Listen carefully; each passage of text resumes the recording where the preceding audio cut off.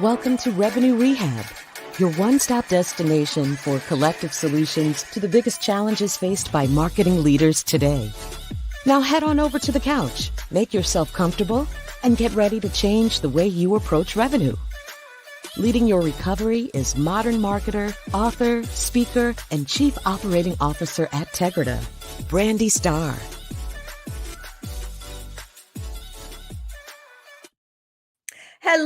Hello, and welcome to another episode of Revenue Rehab. I am your host, Brandi Starr, and we have another amazing episode for you today. I am joined by Stacey Danheiser. Stacey is the founder of Shake Marketing Group and a seasoned marketing executive specializing in building go-to-market strategies and high-performing marketing teams for scaling B2B organizations. She has helped transform over 24 B2B enterprises from product pushers to customer value-led organizations. Her approach to grow revenue and profits through targeted, cohesive marketing and sales has led her clients to achieve 118% year-over-year revenue growth, Inc. 5000 listings, over $200 million in closed sales, 90% marketing team retention, customer sweet spot growth of 207% year over year. Stacey also runs Soar Marketing Society, a B2B marketing community and mentorship program to help B2B marketers build more credibility with the C-suite. She is the co-author of 2 marketing books covering marketing and sales alignment, customer value propositions, and how to develop high-performing marketing teams. Stacey, welcome to Revenue Rehab. Your session begins now. Thank you so much for having me. I'm excited about our chat today. Yes, I am excited to have you, and your resume is definitely super impressive. So I think our listeners are really going to enjoy our time on the couch. But before we jump into that, I like to break the ice with a little woo-saw moment that I call buzzword banishment. So what buzzword would you like to get rid of forever? I would have to say transformation is on the top of my list. We actually did some research into the sea of sameness. We studied a few different industries and looked at what are the most overused words when it comes to communicating value. And transformation was at the top, and specifically around digital transformation and the evolution from kind of pushing everything online. It's just now gotten to the point where it's so overused that we kind of all skim over it. We don't even read it anymore. And so that would be probably at the top of my list. Yeah, I'm with you there. I remember at one point it was productivity and efficiency. Like those were the two things that everything improved productivity and improved efficiency. And now everything is all about transformation. And it is truly a buzzword where it just kind of gets thrown in there. And it's like, well, what does that really mean? Yes, exactly. Awesome. Well, now that we've gotten that off our chest, we will not have any transformations today. Okay. Yes. So tell me, what brings you to Revenue Rehab today? Yes. So I am really noticing a problem when I talk to marketing leaders and CMOs about kind of two sides of the coin. I talk to a lot of CEOs and chief revenue officers that really want to believe in their marketing teams, and they want their marketing teams to have more influence in the organization internally. But there's a stat, I think it was from Boathouse, that said, 86% of CEOs believe that CMOs have the power to influence key decisions in the C-suite, but only 34% have confidence in their CMOs. And so I want to talk about this issue today about how to build confidence and credibility as a marketing leader and really bridge the gap. CEOs are saying they want it, marketing leaders are saying they want it, but for some reason this gap still exists. Awesome. And so before we dive into it, I believe in setting intentions. It gives us focus, it gives us purpose, and most important, it helps our listeners know what they should expect from our discussion today. So what is your intention? What would you like people to take away from our conversation? Yeah, I'm going to cover, 3 key shifts that marketing leaders can make today to start moving the needle to gain confidence and credibility. And, I guess the number one intention that I would have is that this is something that you can own. It is not something that you have to wait for your leadership to come and tap you on the shoulder to focus on, but that you actually have the power today to start making inroads to improve the influence and credibility. Awesome. So my first question, because I think you hit on something that comes up a lot that is a little baffling, which is the fact that there's not a gap in what the desire is, because marketing leaders, I consistently hear people talk about the fight for the seat at the table. How do we make sure that we're, speaking the language of business and, all these things? It's like, we want the influence.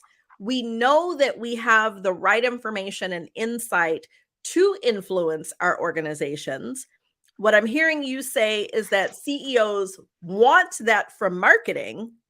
So why does the gap even exist? Like, if we Yeah. both want the same things, it's almost like magically it should just happen. So why is the problem persistent? Yeah, I think there's a couple reasons. The first, I mean, so my background, I worked at several different Fortune 500 companies and continue to work with large B2B organizations as well as kind of those that are in the scaling phase. And what I find is that, and there's a stat I think out there as well, that very few of these leaders have a marketing background.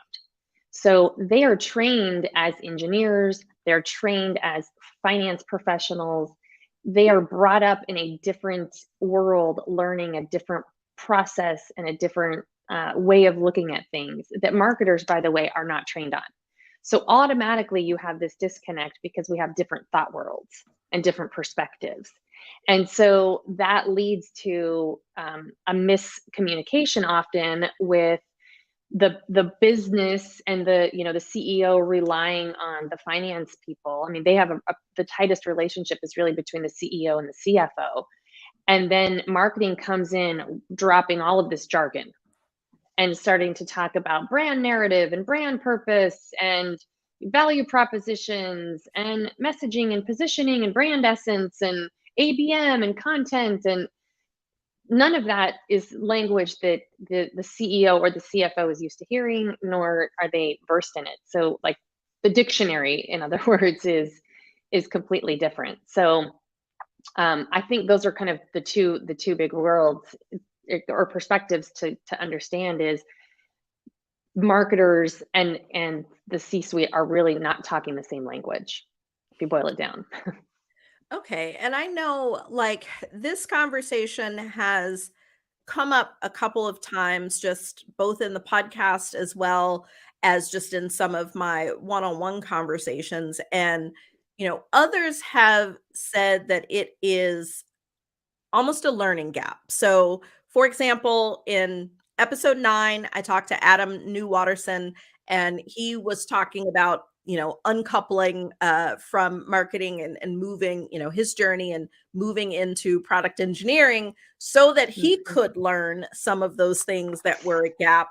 I've heard others talk about, continuing education opportunities to make sure that you speak the language of the CFO, and get some of the other insights around product management and finance and investing and things that may be a gap for those that have come up through the traditional marketing ranks. So why, and I hear you that it's confidence and credibility. So I'd almost challenge you to say, why is it not education and exposure? Yeah, I think what I'm hearing and when I talk with marketing leaders today, they are being questioned so much. And this potentially, yes, one of the reasons is a learning gap. There's generally kind of 3 areas that I tell folks to focus on when this is happening. But over time, what happens is if you're constantly questioned and questioned and questioned and questioned, it starts to kind of chip away at your confidence. And what I'm hearing from people is Yeah, that's me. I'm in that situation. I've been questioned so much that I don't even know if I'm recommending the right things. And now I have people questioning me and I can't defend it. And so I think it's basically education is step one, but then what happens if you don't do that or if you don't have the support? Then over time it leads to a confidence crisis almost. Yeah, and I think you hit on a really good point, and that's really what I wanted to dig into and uncover. Because I can think way, way back before I was in a leadership role, my first time presenting to the C-suite, I think I was just a marketing manager at that point, but I had an initiative and I was asked to present it. And I thought I did amazing. Like I had my slides, I had my numbers, like I thought I just did the damn thing. And then at the end, I think it was the CFO, I can't remember at this point, just goes, I mean, so what does any of this actually mean for us? And it very much was this wah, wah, wah, like my little heart was crushed. And, the takeaway, like I, had some conversations with my VP after that. And that's where she kind of gave me, more insight onto how to prepare for those discussions and what they care about. And so I do, that one experience so many, many moons ago has stuck with me. And I am far more conscious just because of that one thing. And of course, I've learned, so much more over the years, but I am conscious of like, what are they going to think? Am I answering the right questions? So I do see where you're going with the confidence and credibility and how some of those experiences can really leave people shook. hmm Yeah, and I think the other piece too, that we don't talk about very often in marketing roles is the reality of doing internal marketing and how much time and energy and effort really needs to be put into building relationships with your key stakeholders, understanding what everybody wants on the C-suite, and kind of playing that, orchestrator role. And, generally, this is never listed in a job description, the collaboration and the buy-in and the amount of time that's required to build internal relationships, but that's really kind of the key part of the role. And I have seen, many people work themselves out of a job because they stopped focusing on that and they thought that, the results will speak for themselves. And the problem is, and I don't know if this happens in other departments, but I see it mostly in marketing and maybe HR a little bit, where it's just a sea of opinions. And there's got to be somebody that steps up and says, nope, we have a process, we have a plan, this is what we're going to go through, and here's what good looks like, and really setting the vision. And I think that piece is missing right now in a lot of organizations, that marketing is not owning the vision. And therefore, other people in the C-suite feel like they need to come up with the vision. And there was a report, and I was trying to find it on my desktop, and I can't find it, but it was a Deloitte study and stat that said the question was, who owns the marketing plan and who's responsible for building the marketing plan? And only 46% of the C-suite said that it was the CMO. I mean, marketing is chief marketing officer, and only 46% of the C-suite thinks that marketing should own the marketing plan. I mean, something is clearly off, right? And so that brings me to actually point number one in what I encourage people to do, which is really some internal sort of investigation on what your organization thinks the role of marketing is.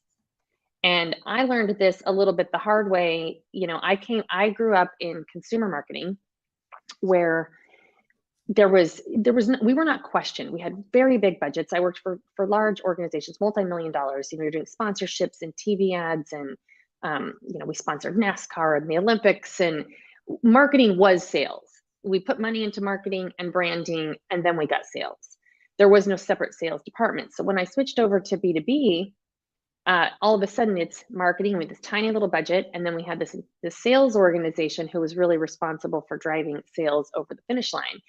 And so I had to learn, how to work with that function. And I came in and very quickly realized that the sales organization basically thought of marketing as event planners.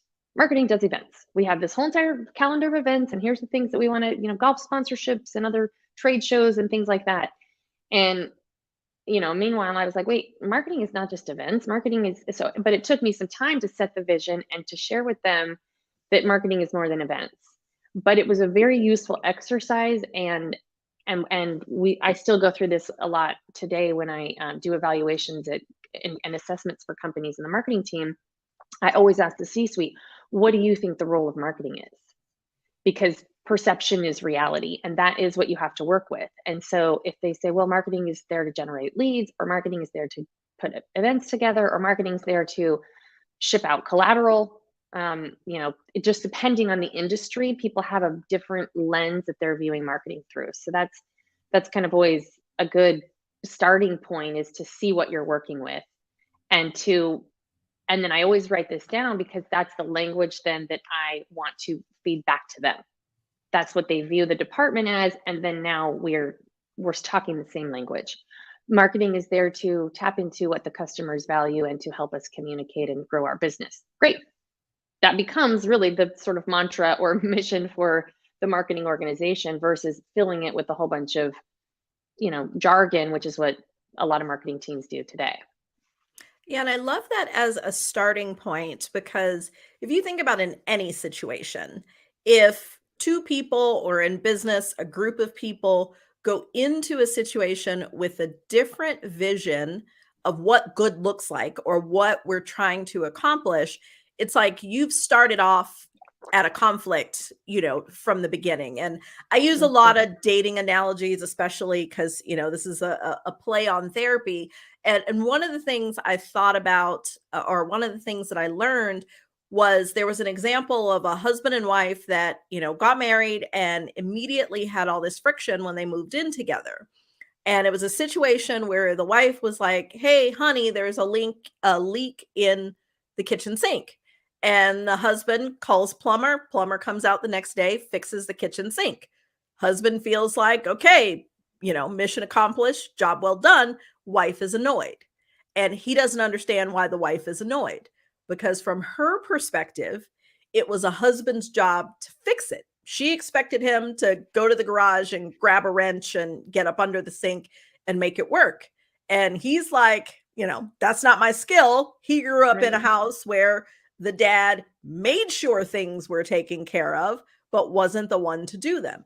And so it was like this conflict on what is the role of a husband when it comes to maintaining the house caused friction in a marriage, because they did not agree. And so it's really, what I'm hearing from you, the same sort of thing, is that the head of marketing and the C-suite need to be clear about what their expectations are of the role of marketing, so that they're starting on a level playing field. Yeah.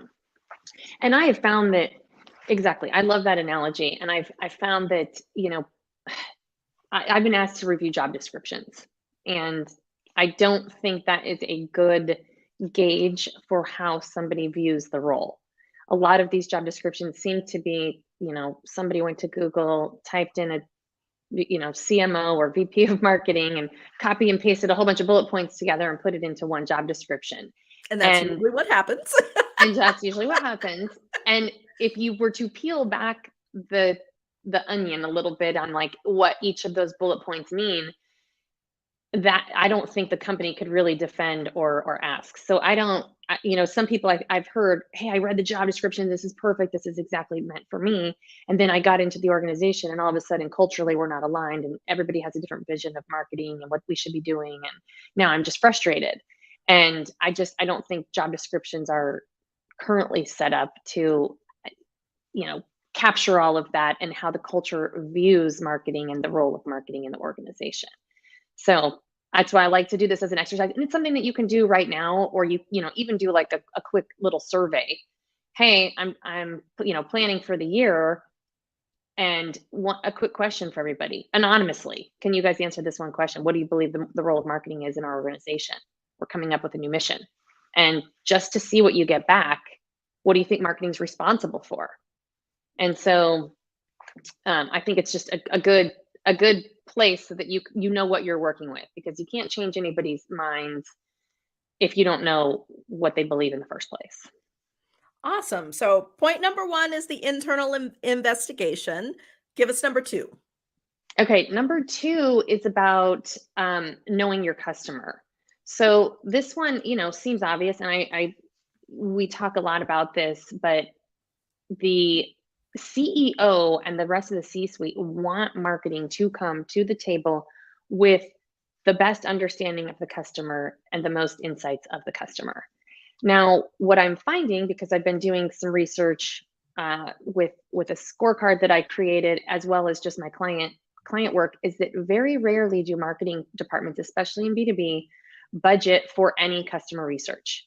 They don't really own customer research, and they don't budget for customer research, and their employees are typically not talking to customers.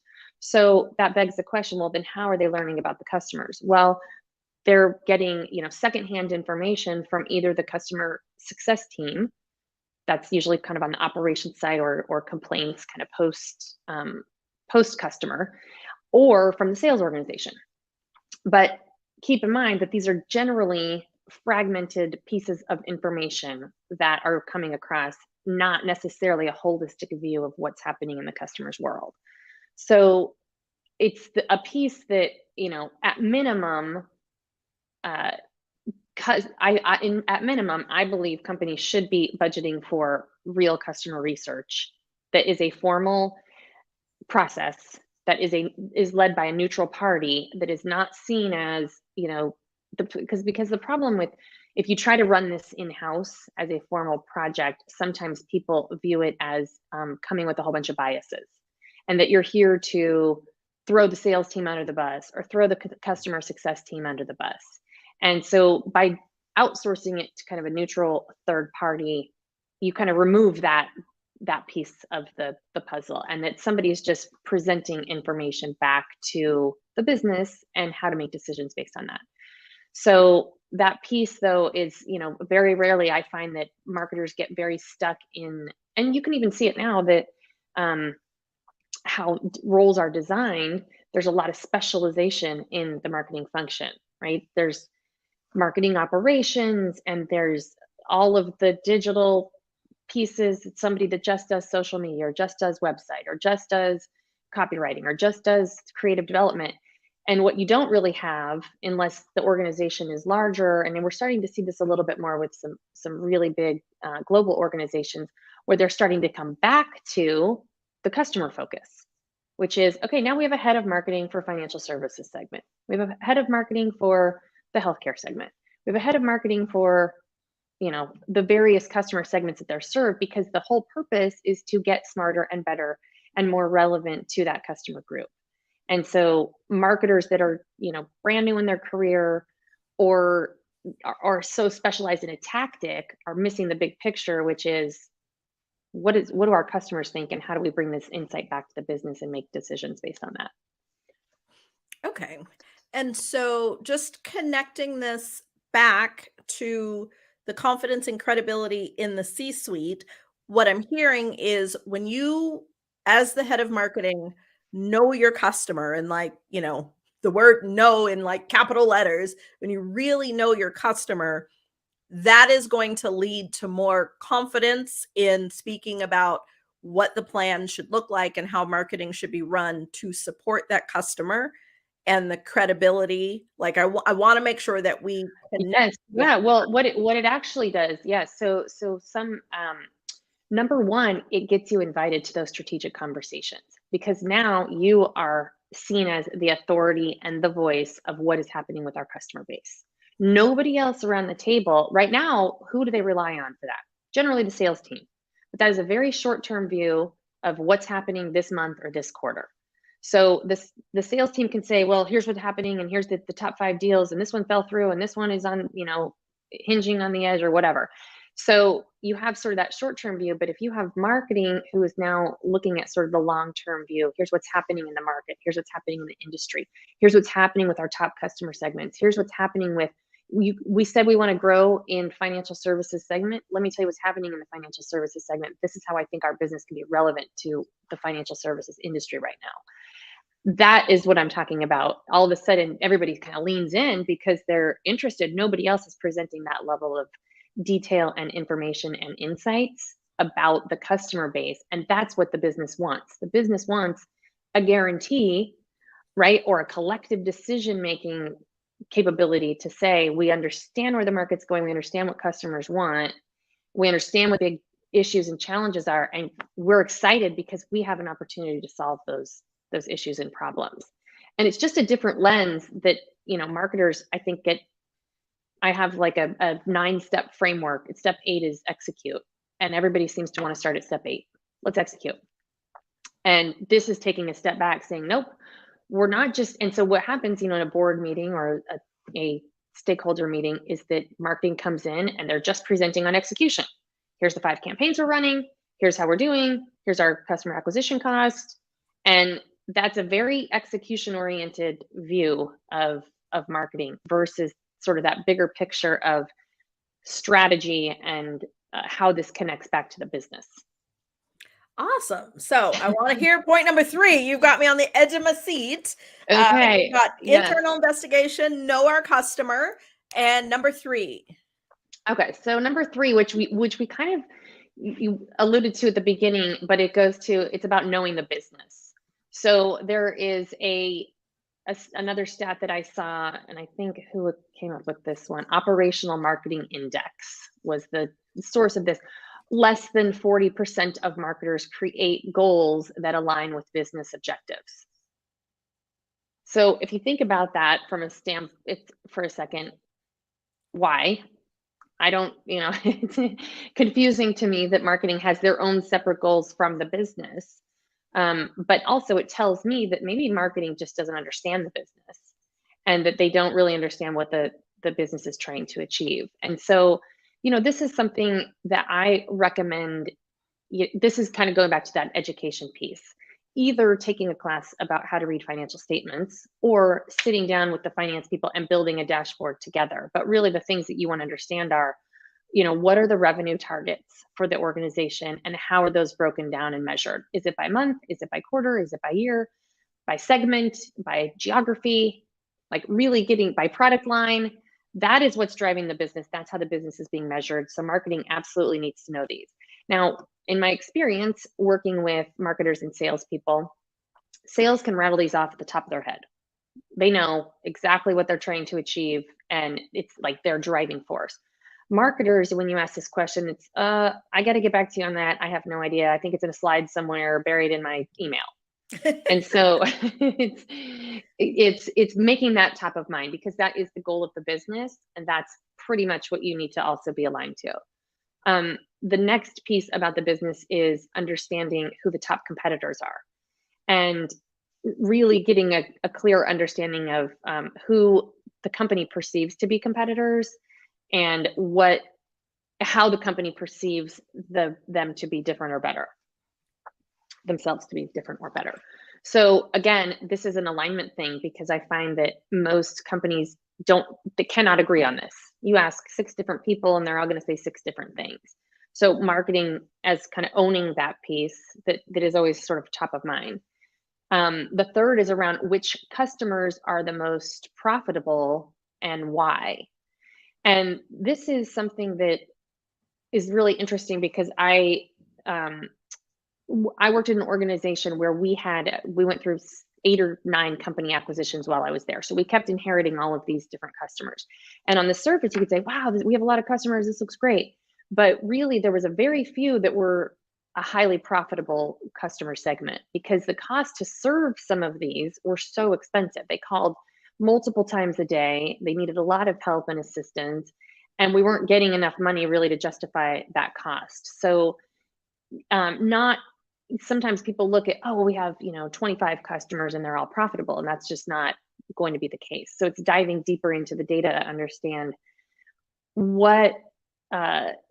which customers buy the most from you, how long they've been a customer with you, and what characteristics do they have? Is it potentially geography related or industry related or maybe company stage related? This starts to get into customer segmentation. And really educating kind of yourselves on that piece so that, like, as an example, I see a lot of marketing teams say, well, we're trying to get X number of leads. That's my job. My job is to get leads. But meanwhile, they're leaving money on the table with their existing customer base because they're only buying one out of the 10 products that they sell. And so, and it's a little bit kind of looking through a more strategic lens about customer profitability. And then finally, how does the company make money? So can you answer that question? How does your company make money? And learning, like, for example, one company that I worked with, there was two metrics that were the most important. One was sales, what was sold in the quarter, but then the second was revenue, because our implementation period was 12 months, and so we weren't getting any revenue. We might have sold something, but we weren't getting the revenue until 12 months later. And so there was always this lag, and those were two different metrics and two different things that we had to be considerate of, when building marketing plans. So that is sort of the final piece. And what's interesting when I've asked this question, hey, do you have a marketing plan? Most people say somewhat or no. Like it's split more, the majority are either in the somewhat or no bucket. Only 47% say, yes, we have a marketing plan. And what's interesting about that is then I asked them a follow-up question, do you have enough resources to execute your marketing plan? And like 99% of marketing leaders say, no, we don't have enough resources. But to me, there's a misalignment here, because you're building the marketing plan, of which execution is one of those pieces to consider. So if you don't have enough resources to execute your marketing plan, then something is off in the marketing plan that you built, that you need to go back and make sure that it's aligned to the top business priorities. But then isn't that part a little bit of a catch-22? Because if I think about where I have built marketing plans and, as a consultant, I get involved in supporting my clients in building their plans. In many cases, the plan has to support a certain output. So, if marketing needs to originate or influence a certain amount of revenue or a certain velocity, like whatever those business objectives are, the plan has to be built in a way that supports achieving that. Yep. Which is independent of the resources required. Because, thinking about it, like I could build a plan that we could 100% with confidence, with just a little bit of stretch, be able to execute with the resources available, but that may or may not lead to the business objectives. So it's almost like, do you build your plan to the objectives, or do you build your plan to the resources, making the assumption that you can't get more resources? I mean, obviously, ideally, you build the plan and you fill the gap in your resources, but that's not always an option. And, in our current economic condition, for most people, not a reality right now. So it's, and I know this is just a little bit off topic, but just really made me think about it, that it is a little bit of a catch-22. Yeah. I mean, I think I like to provide options when looking at plans, to say, here's what we can do today with the resources we have. We're doing all the things in-house, or we're if this is all sort of within a retainer for the agency, and here's what we can handle. If we want to spend a little bit more money, here's what this kind of part 2 looks like. We can add on these other things. And the business does not know that, by the way. They assume that the plan that's being presented is 100% executable with the resources, because you're not asking for any additional resources. And so I think that's the piece that I have seen, like when I look at marketing plans, I'm like, well, was this like a wish list? Some of it looks like a wish list. It's a wish list of things that you want to do, versus the reality. Here's our reality. We can do this. Our wish list is this, but that's going to require, 2 additional headcount, or X number of dollars for freelancers, or whatever. And I think it's really up to the marketing leader to present that in a way that the business then can make a decision. Are we staying with our current situation? And if so, then don't add on, because otherwise the expectation is, yeah, that stuff that you put on the wish list, that looks good. Let's do that. Oh, can I get extra money or people? No, you can't. So, but there's a miscommunication, I think, with how it's being presented. Okay. And so my last question for you is, if we nail these three things, so we do our internal investigation, we get aligned on the role of marketing, we really know our customer, we really know our business, what is the outcome? Paint the picture for me of what the future looks like when a marketing leader is able to accomplish these things. Yeah, so the first is really being in control of what marketing is working on, and being able to confidently say no to the pet projects or ideas of the day that are coming your way, whether that's from the sales team or whether that's from the CEO. And so, by having a plan that is aligned to the business, that is agreed upon, then and that how you're going to measure and report it back, all of a sudden, that becomes sort of your guiding light. Now, what I typically advise is that people bake about 80% of this and leave about 20% to experiment and to try new things, and be able to adjust to the changing climate, because we don't know what's going to happen this year. We go into the year and things could fall apart after 6 months, which you're going to make some shifts. But in general, I've always sort of been in the quality over quantity bucket when it comes to marketing. And what the result then is that people are not burnt out in their jobs. They are excited to come to work, and they're excited to be there and work on initiatives that are going to drive the business forward, versus chaotic, trying to get things done, working all hours of the night to meet some arbitrary deadline that somebody set for some reason. And so I think that to me, and I have personally made that shift with teams that I have overseen, because it was where the previous mantra was more about quantity of activity, which we just want to show how busy we are and how much stuff we're doing and all these great things that we're doing, versus half of these are not impactful, and by the way, the team is on the edge of burnout and going to quit.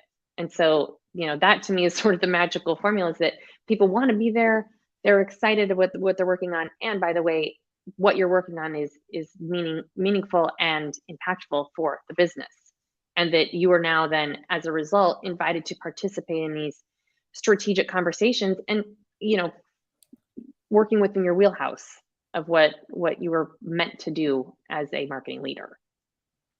Awesome. And talking about our challenges is just the first step, and nothing changes if nothing changes. So in traditional therapy, the therapist will give the client some homework, but here at Revenue Rehab, we like to flip that on its head and ask you to give us some homework.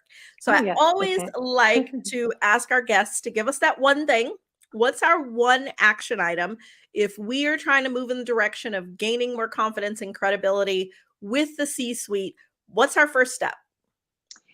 Yes. So I have created a scorecard called the Confident Marketing Team Scorecard, because I believe, first step is awareness.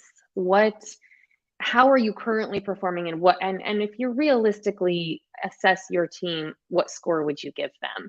And you can also, this is a link, it's online. You can also share this with your stakeholders if you feel comfortable kind of getting their opinion as well. How do they perceive the marketing team? Because I think that will identify gaps and what you should focus on, because everybody's going to be different, right? Some people are going to be really great at certain aspects and then need to dive deeper into others. And so that the purpose of the scorecard is to really just help illuminate, where do you specifically have gaps, so that you can start to make adjustments and improvements there.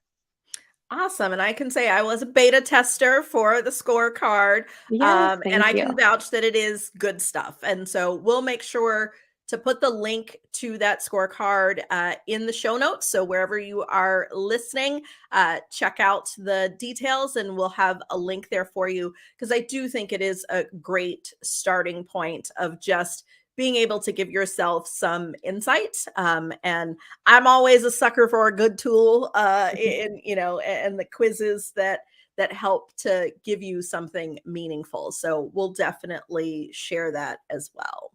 Awesome. Thank you. And for those listening, once you finish this discussion, I definitely encourage you to go back to episode 46, where I talked to Kip Knight.